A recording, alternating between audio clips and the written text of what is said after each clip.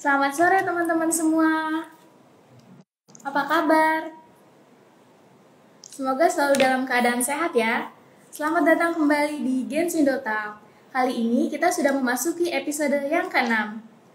Senang sekali, saya Maria Alexandra dan saya Ajo Wirami akan memandu acara ini selama kurang lebih 40 menit ke depan. Oke, thank you Sandra. Nah, teman-teman semua, jadi Genswindo Talk ini merupakan program baru nih, persembahan dari Sindo News tentunya yang akan menyajikan tema interaktif terkait anak muda dan pastinya kekinian. Teman-teman semua, tema kita pada hari ini seru banget nih Sandra. Iya nih Mbak. Buat cewek-cewek terutama. Apa ya Mbak kira-kira? Cowok-cowok sebenarnya juga bisa sih San. Pokoknya ini tuh general gitu ya. Temanya adalah pentingnya menjaga kesehatan kulit bagi mahasiswa. Nah, mahasiswa ini kan ini ya San ya, maksudnya gampang gitu, senang sekali beraktivitas di luar rumah nih, termasuk Sandra kan sebagai mahasiswa gitu. Nah, terus penting banget untuk menjaga kesehatan kulit nih, tentunya kayak kulit semuanya ya San ya, kulit tubuh, terus wajah. Nah, kalau misalnya sampai kurang concern dalam menjaga kesehatan kulit kita, itu kan pasti akan berpengaruh ya. Iya benar banget Mbak. Terhadap kesehatan tubuh tentunya. Nah, untuk membahas hal tersebut, nah kita udah punya narasumber yang kece banget ya San ya. Iya, siapa ya Mbak? Siapa ya? Beliau adalah Dr. Yustin Sumito SPKK yang merupakan dokter spesialis kulit dan kelamin dari Rumah Sakit Harapan Bunda Jakarta. Kita sambil menunggu Dr. Yustin untuk bergabung sebentar. Dr. Yustin, teman-teman semua, nanti kalau misalnya ada yang mau bertanya gitu, sharing boleh nggak sih? Boleh banget, langsung taruh aja ya komentar. Siap. Dokter, halo, selamat sore. Halo, selamat sore. Apa kabar dok? Baik, sehat. Oke. Ya, teman-teman semua, sekali lagi beliau adalah Dr. Yustin Sumito SPKK yang merupakan dokter spesialis kulit dan kelamin dari Rumah Sakit Harapan Bunda Jakarta. Untuk teman-teman diingatkan kembali yang mau sharing ya San ya? Iya, benar banget Mbak, bisa banget. Bisa banget yang mau tanya-tanya nih seputar menjaga kesehatan kulit gitu, langsung aja tulis pertanyaannya di kolom komentar. Oke. Baik dokter, kita mulai saja ya perbincangannya karena kayaknya teman-teman di sini udah banyak banget nih teman-teman di sini dan kayaknya rata-rata mahasiswa nih. Iya nih, yang kepo gitu dong. Penasaran. Oke. Ya. Bisa dimulai, Mbak? Kami mau bertanya dok, sebenarnya seberapa penting sih menjaga kesehatan kulit, entah itu kulit wajah maupun kulit tubuh? Sebelum kita masuk ke seberapa penting kita harus menjaga kulit tubuh maupun wajah, mungkin sebaiknya kita tahu dulu kulit itu apa sih, apa peranannya dalam kehidupan kita. Kalau dilihat kulit itu sebetulnya organ tubuh kita yang paling luar, yang membatasi kita dengan dunia luar.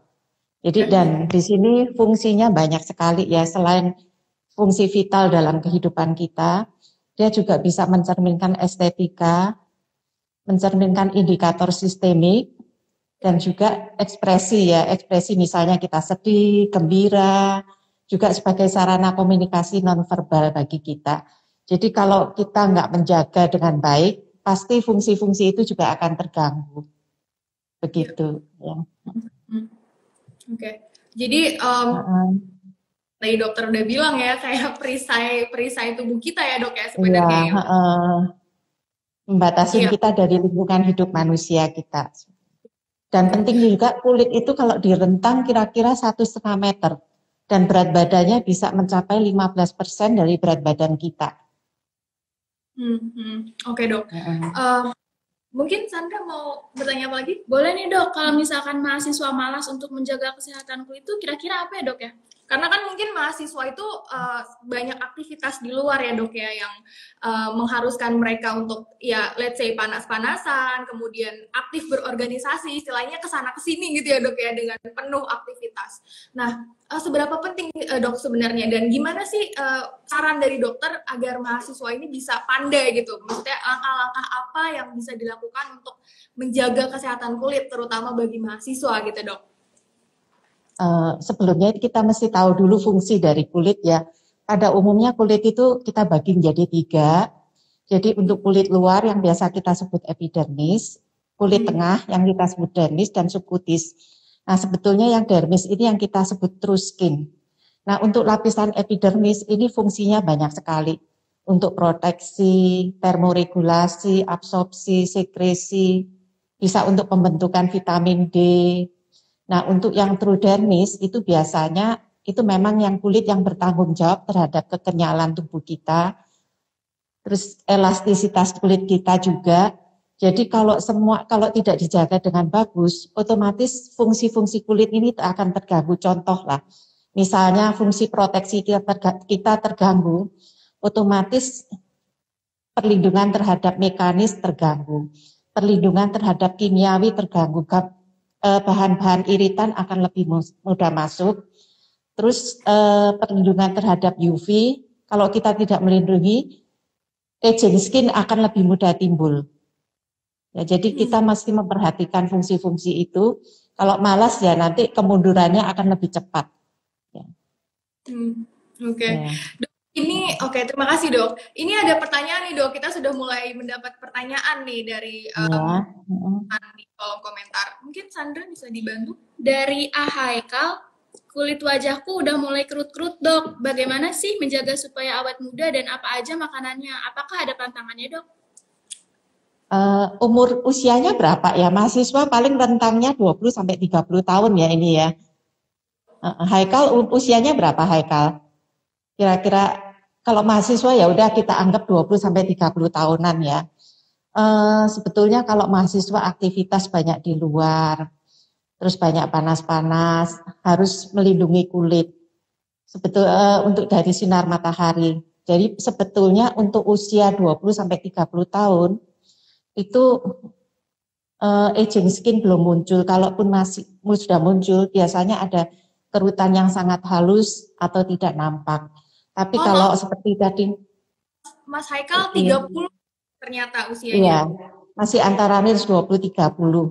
Jadi kemungkinan kalau kerut-kerut sudah mulai timbul, itu masuk foto aging ya. Nah, sebetulnya umur 20-30 tahun, biasanya kita jarang jumpain kerut.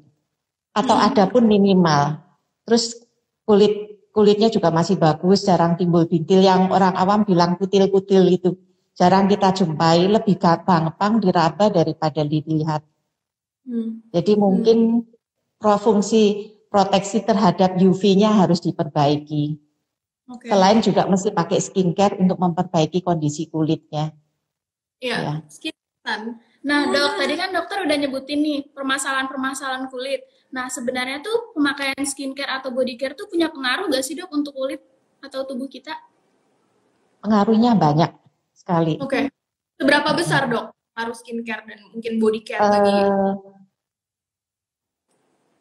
Penting sekali ya untuk skincare kan kita ada pembersihan wajah, terus pemakaian moisturizer, pelindungan wajah. Terus untuk pemakaian yang malam hari untuk meningkatkan atau perbaikan dari kulit kita untuk kulit atas ataupun kulit dalam. Jadi penting untuk body care juga. Jadi kita harus aplikasikan moisturizer secara benar, jumlahnya juga harus benar supaya kulit tidak kering. Iya.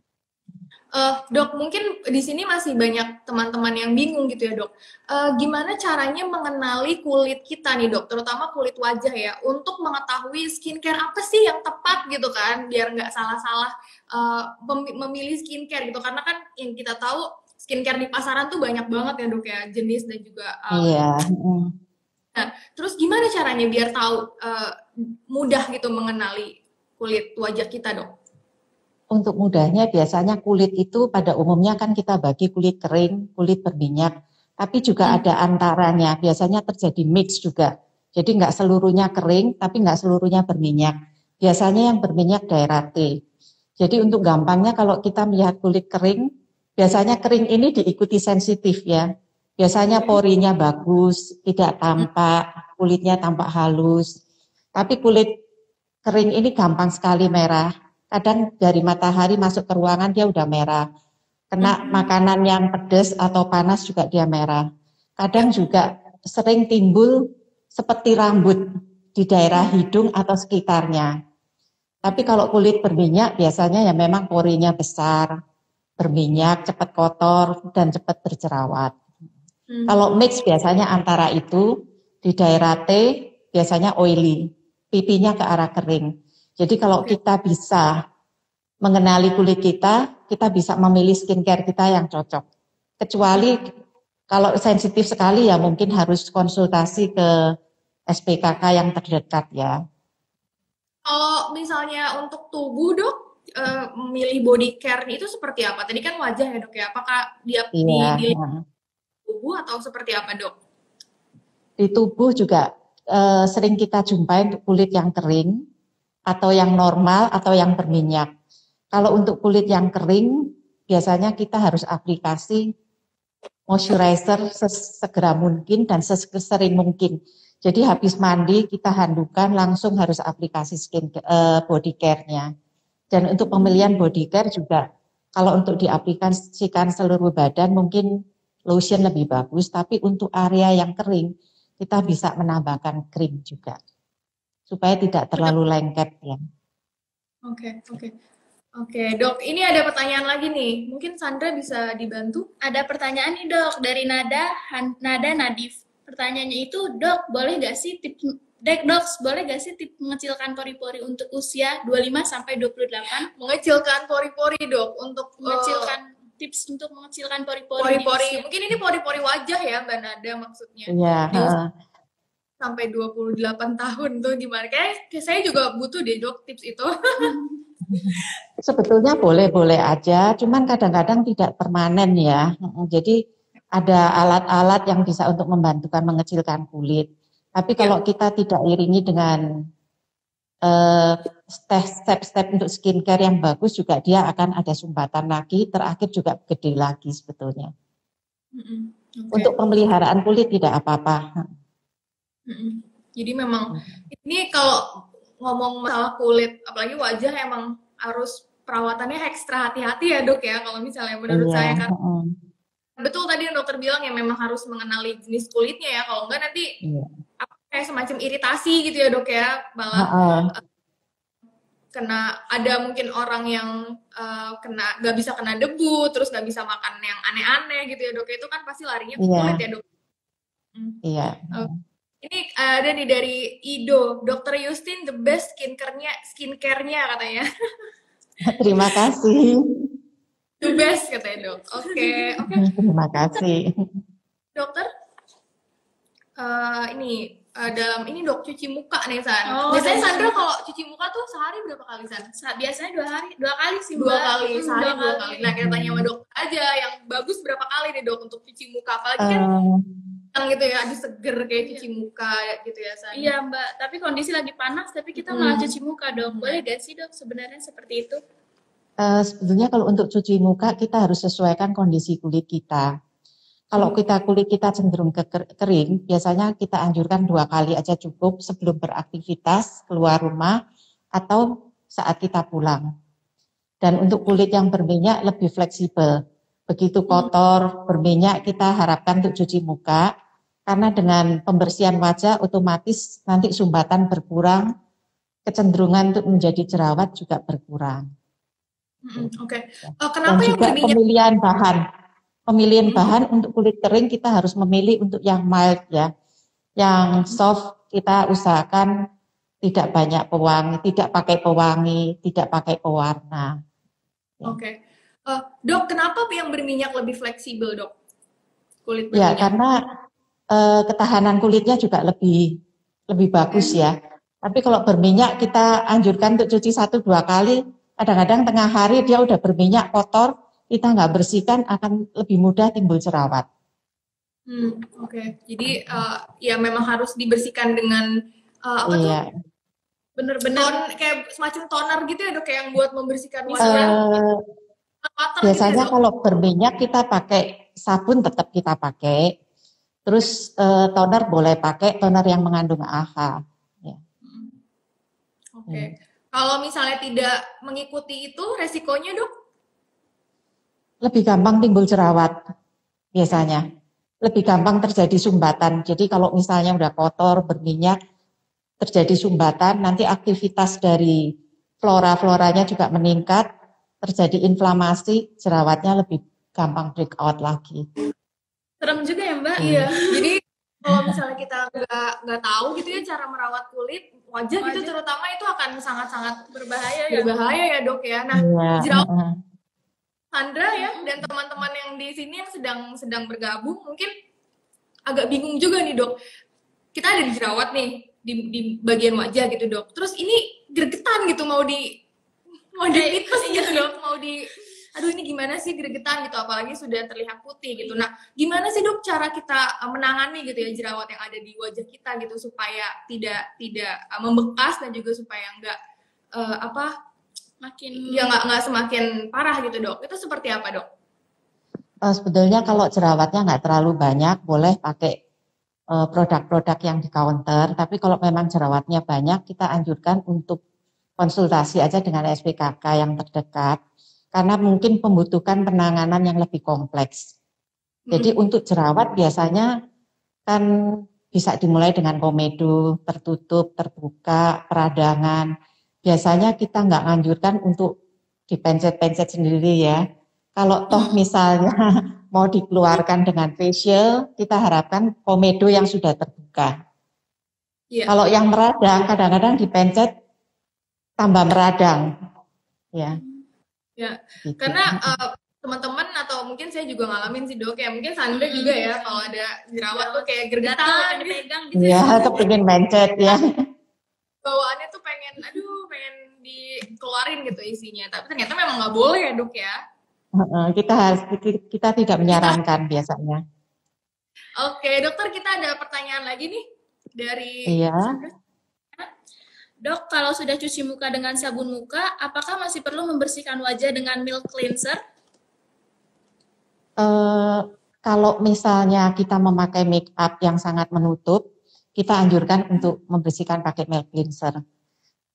Tapi kalau untuk kulit yang berminyak sekali, kita bisa aplikasi sabun sampai 2 kali, nggak apa-apa. Tapi untuk pandemi ini, kalau cuci muka, kita anjurkan pakai moisturizer ya. Tetap kita anjurkan pakai moisturizer untuk pada saat pandemi ini. Dan segera diaplikasikan saat setelah mencuci muka atau segera sebelum memakai masker. Oke, Dok. Sandra ada pertanyaan lagi untuk boleh Dok. Mengingat sekarang lagi masa pandemi Dok, kan sekarang masih suka pakai masker Dok. Kadang suka timbul area di tutupan masker itu kayak jerawat gitu Dok. Nah, cara mengatasi masnanya itu gimana sih Dok? Sejak pandemi ini kata-kata masne ini jadi populer ya. Biasanya jadi populer sekali masne. Dan biasanya memang timbul jerawat di daerah yang tertutup masker ini. Masker sebetulnya masne itu apa sih? Bagaimana pencegahannya? Masne itu sebetulnya akne mekanika yang timbul akibat karena area yang tertutup oleh masker ini. Jadi masker ini akan menyebabkan gesekan antara masker dengan kulit yang akan menimbulkan luka, terus dia juga menimbulkan iritasi. Misalnya kalau kita bicara gini kan kadang-kadang air liur yang keluar, napas, jadi itu menimbulkan panas juga akan menimbulkan iritasi, terjadi oklusi juga, terus terjadi gangguan dari sawar kulit, inflamasi juga akan menimbulkan jerawat lagi. Jerawat yang dikarenakan oleh gesekan. Biasanya pencegahannya ya kita tetap harus cuci muka karena ada oklusi itu cuci muka. Terus segera aplikasi moisturizer-nya. Terus pemilihan bahan-bahan yang biasa kita pakai untuk malam hari skincare juga kita anjurkan tidak dikurangilah jumlahnya. Terus hindari peningkatan konsentrasi.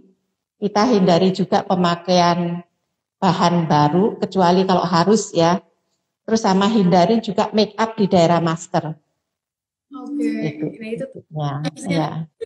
Teman-teman itu berguna banget nih. Jadi memang ya yang di sini bagian sini ya Dok yang paling rawan ya masker gitu.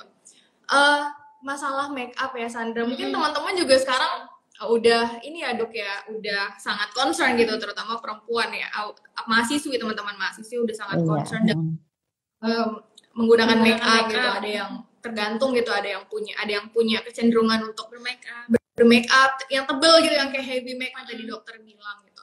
Nah, ini aku mau tanya sebenarnya sederhana aja sih dok. Langkah-langkah dalam membersihkan wajah gitu dok setelah kita bermake up gitu, beraktivitas dan lain sebagainya itu seperti apa dok? Apakah memang karena ada micellar water yang khusus di bagian mata tuh beda sendiri gitu dok? Biasanya aku pernah lihat beberapa produk yang memang khusus make up mata gitu.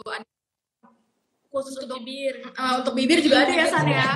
Terus khusus untuk wajah. Nah, itu seperti apa, dok? Apakah memang yang khusus muka bisa dipakai ke mata juga, dan juga cara pengaplikasiannya gimana nih, dok? Terutama di bagian mata ya, dok, karena itu sangat sensitif ya, dok ya. Prinsipnya untuk perawatan wajah, biasanya kalau habis make up kita memang harus bersihkan. Nah, untuk di daerah mata dan bibir ini kan daerah yang sensitif. Jadi kita pakai dengan seperti yang tadi micellar water segala boleh. Dan step pertama biasanya kalau make up tebal kita membutuhkan susu pembersih untuk menghilangkan minyaknya. Nah, setelah tahap itu biasa kita pakai sabun. Sabunnya bisa yang mild tergantung kondisi kulitnya. Kalau dia cenderung berjerawat bisa ada kandungan BP, benzoyl peroxide atau asam salisil. Tapi kalau dia kulitnya cenderung kekering, kita pakai sabun yang mild, ya, yang non deterjen lah sabunnya. Terus seminimal mungkin bahan-bahan yang di dalamnya. Dan kemudian toner. Jadi kalau untuk kulit kering kita memang perlu memakai toner. Kita tahu kalau habis cuci muka kan biasanya pH kita berubah. Dengan memakai toner biasanya pH kita dikembalikan ke semula. Jadi balancing toner. Tapi kalau untuk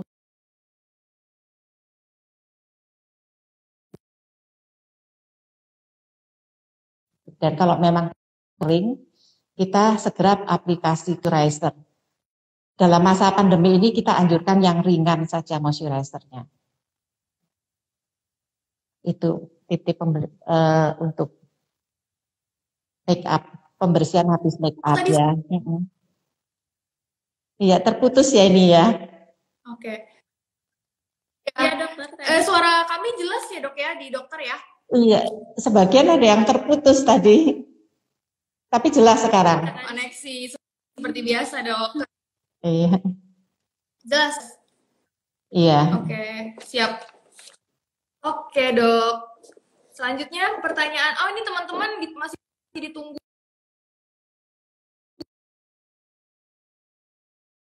Ya suaranya. Maaf Mbak, nggak kedengaran suaranya. Bersama kami. Ya, masih suara kami terdengar ya dok ya? Terputus tadi, sekarang kedengaran tapi yang tadi terputus. Bisa diulang lagi nggak ya? Oke. Oh iya, ini kita ke pertanyaan selanjutnya ya dok ya? Iya. Nah dok, kan sekarang kita beraktivitasnya selalu di rumah ya dok ya. Nah kalau misalkan cara merawat kulit di rumah itu gimana sih dok? Apakah di rumah harus pakai sunscreen atau enggak dok? Soalnya ada yang bilang juga katanya kalau di rumah ngapain sih pakai sunscreen, kan nggak langsung terpapar. Iya, betul. Itu seperti apa dok? Sebetulnya perawatan di rumah atau di luar harusnya sama ya. Jadi sekarang ini WFH itu sering saya dapat keluhan anaknya jarang mandi, jarang cuci muka. Di rumah kok malah jerawatnya keluar, fleknya keluar gitu. Kita harus ingat bahwa meskipun di rumah, sinar matahari terutama UVA itu bisa menembus kaca. Jadi kita anjurkan tetap pakai sunscreen. Terus sering juga ibu-ibu juga ya yang misalnya cuci baju, habis itu jemur tanpa pakai sunscreen katanya di rumah. Itu juga akan merangsang timbulnya flek juga. Terus tanpa cuci muka juga kita berminyaknya banyak, akhirnya juga cenderung timbul jerawat. Jadi perawatan prinsipnya harusnya sama. Yang sering itu saya dapatkan jarang mandi, jarang mau mandi. Jadi tetap mandi minimal 2 kali lah ya. Betul, teman-teman tuh diingat ya, mandi minimal 2 kali karena ya mengalami juga sih dok WFH dan juga iya. study from banyak yang kayak ya udahlah nggak kemana-mana, nggak usah mandi, nggak usah pakai skincare, Nggak usah justru mandi, nggak malah usah itu bersihin perlu wajah Dok ya. seperti biasa. Iya. Terus ya Dok, kita balik lagi nih WFH ya Dok ya, terus juga belajar dari rumah. Biasanya kita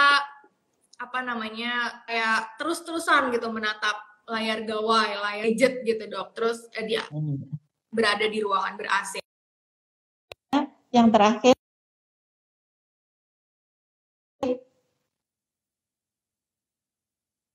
Mbak bisa diulang lagi Mbak, maaf. Yang terakhir nggak kedengaran suaranya.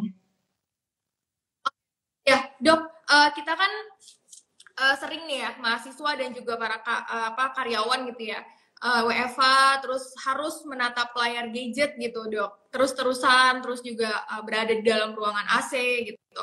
Nah itu pengaruhnya terhadap kulit tuh seperti apa Dok? Kalau untuk gadget sebetulnya kalau dia nggak nempel ke kulit kita, ya mungkin dari sinar birunya ya yang berpengaruh ke mata ya, jadi mata cepat capek juga. Tapi kalau gadgetnya nempel ke kulit kita, itu akan terjadi akne mekanika juga. Jadi seperti masne juga jadinya. Jadi karena nempel, dia panas, berkeringat, terjadi sumbatan, peningkatan sebumnya juga, terjadilah jerawat juga. Tapi kalau dia nggak menempel, mungkin lebih ke arah sinar biru yang biasanya dipakai untuk layarnya ya. Jadi mungkin bisa mengganggu mata juga, cepat capek juga. Kalau penggunaan AC, kita tahu bahwa sebetulnya kita daerah tropis, kalau ruangan tanpa AC juga nggak nyaman. Biasa, tapi untuk pemakaian AC kalau bisa dianjurkan jangan terlalu dingin. Dan kelembapan ruangan itu juga harus dijaga. Biasanya kita anjurkan sekitar 20-24 ya. Dan jangan lupa aplikasi moisturizer juga untuk kulit kita. Karena dengan ruangan yang kelembapannya berkurang, biasanya air dari tubuh kita akan tertarik keluar. Itu yang menyebabkan kulit kita menjadi kering. Iya. Oke Dok. Itu justru bisa malah, juga untuk... Iya Dok, boleh bisa dilanjut. Bisa juga untuk mengatasi, karena kita kadang-kadang seharian kita bisa juga untuk mengatasi kelembapannya, kita bisa pasang humidifier, atau kalau nggak ada pun kita bisa siasatin dengan menaruh air di dalam mangkok atau baskom di ruangan itu supaya AC bisa mengambil kelembapan dari itu dan menyebarkan ke ruangan itu. Jadi kekeringan kulit kita bisa diminimalisir juga. Ya, itu tipsnya sih ya. Betul. Tipsnya oke Dok. Kadang-kadang kita di rumah malah nggak kepikiran untuk kesehatan kulit tubuh nih Dok. Jadi lebih concern ke ini ya kan, ke wajah. Wajah. Ternyata tubuh juga bisa terkena, kalau kayak kena gadget juga kulit tubuh juga bisa bermasalah ya Dok ya. Nggak cuma wajah aja ya. Bermasalah, ya. Oke, gitu. Teman-teman yang ingin bertanya silahkan, masih ditunggu, atau mungkin ada yang mau sharing gitu seputar merawat dan menjaga kulit supaya tetap baik gitu ya kondisinya. Oke. Sandra, ada lagi nggak yang mau ditanyain ke dokter? Mungkin ini kali ya, bisa ditekankan lagi gitu Dok. Hal apa yang harus wajib banget diperhatikan sama teman-teman gitu agar kesehatan kulit, mungkin makanan dari dalam gitu ya Dok ya, dari dalam dan juga skincare-an gitu, supaya kulit wajah dan juga kulit tubuh bisa terjaga dengan baik Dok.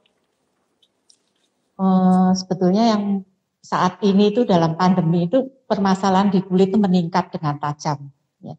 Jadi kita harus juga melihat, jangan sampai stres lah, kita manajemen stresnya yang bagus. Jadi dengan tetap olahraga, menyukai, misalnya suka yoga, juga menyanyi, atau aktivitas sosial tetap kita lakukan. Terus dietnya juga harus balance, jadi perbanyak sayuran, buah, kurangin lemak, minum juga harus cukup. Terus yang penting lagi tidur harus cukup, biasanya kalau udah gadget bisa sampai pagi. minimal 8 jam lah dengan tidur yang berkualitas. Aktivitas sosial harus tetap kita lakukan. Jadi misalnya dengan webinar atau apa, gitu. Terus kita harus berjemur juga, berjemur yang baik dan tepat. Jadi kita ada jam-jam yang kita harus berjemur. Kemudian jangan lupa tetap harus pakai sunscreen meskipun di rumah, ya. Tetap usahakan pakai skincare juga, body care juga. Sip, harus lengkap ya dok ya, biar iya. terjaga, biar sehat. Ya, okay. Iya.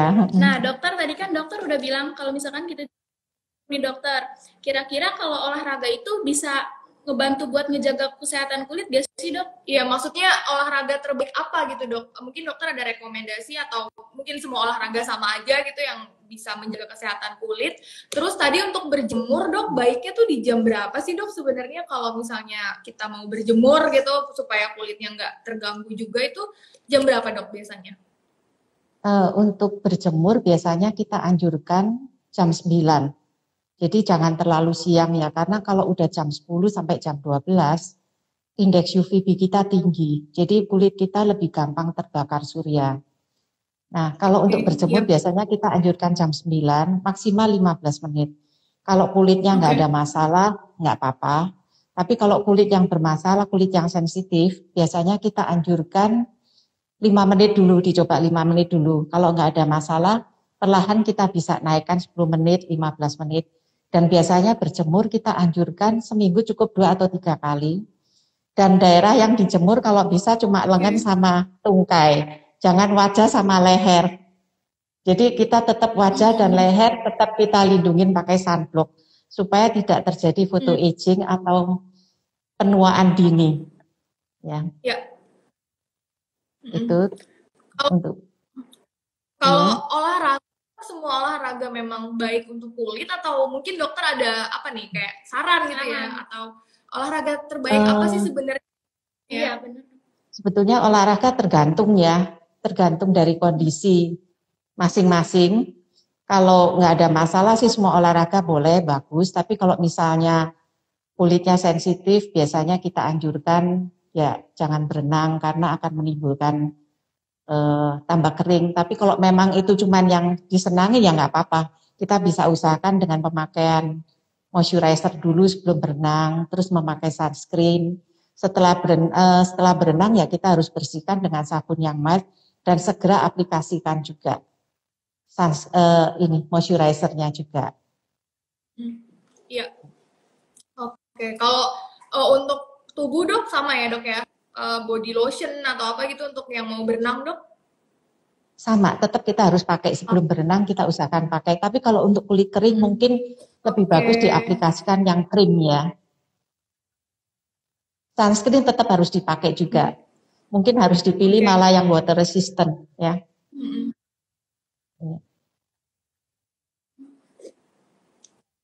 Water resistant, oke. Oke, mungkin ada yang ingin ditanyakan lagi? Atau kita masih menunggu ya dok ya ini teman-teman bertanya atau sharing? Yuk, ditunggu yang mau bertanya atau yang mau sharing gitu.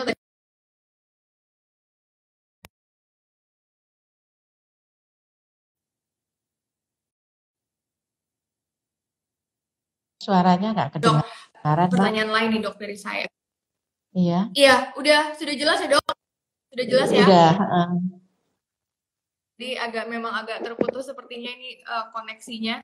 Mohon maaf ya dok.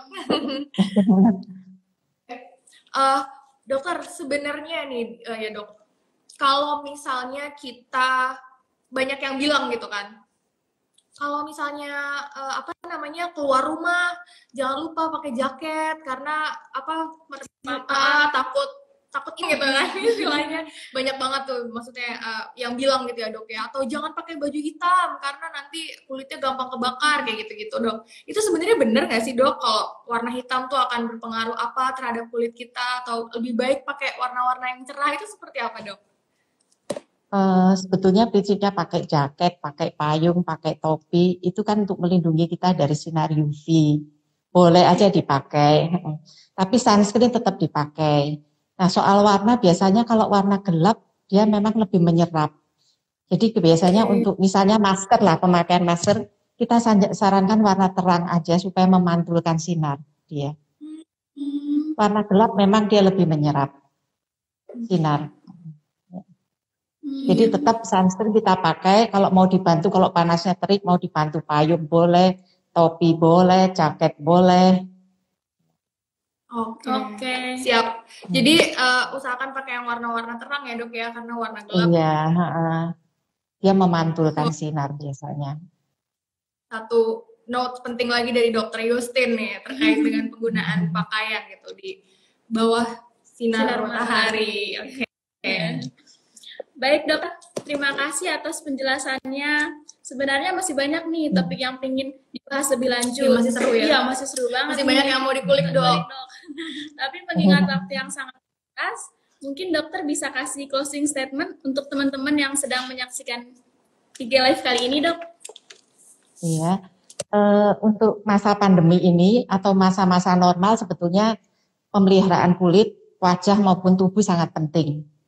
Jadi closing statement saya, manajemen stres harus bagus, kemudian pemakaian penjemuran harus tepat dan baik, pemakaian sunscreen harus tepat, moisturizer harus tepat, dan juga pemakaian regimen-regimen yang mengandung bahan aktif. Dan juga yang terakhir pemakaian masker harus bagus ya. Masker kan sebetulnya ada yang bisa dipakai ulang, ada yang memang didesain untuk satu kali pakai ganti. Jadi ya aturan itu tetap harus diikutin.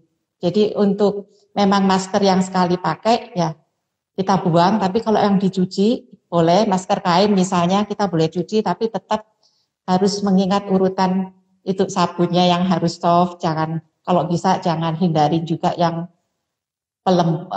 pewangi dan lain-lain supaya tidak menimbulkan residu pada masker yang akan menimbulkan jerawat atau masalah pada kulit kita. Untuk badan tetap sama, mandi harus 2 kali, terus segera aplikasikan pelembab. Oke, siap teman-teman, dicatat dengan baik ya. Penjelasan dan juga arahan yang diberikan Dokter Yustin. Oke, terima kasih banyak dokter atas waktunya. Terima kasih, sama-sama. Di acara Gensino Talk kali ini udah nyampe di ujung acara nih, padahal masih seru banget. Masih tadi ada beberapa pertanyaan yang belum terjawab, mohon maaf ya. Gitu. Oke, teman-teman semua, terima kasih sudah menyaksikan Gensino Talk episode kali ini. Jangan lupa masih ada episode-episode seru lain di minggu-minggu selanjutnya, jadi stay tune. Dokter Yustin, terima kasih sekali lagi. Terima kasih. Ya. Terima kasih teman-teman semua. Saya Ajeng, saya Sandra. Sampai ketemu di acara Gensino Talk selanjutnya. Dadah, selamat sore. Terima kasih dok. Terima kasih.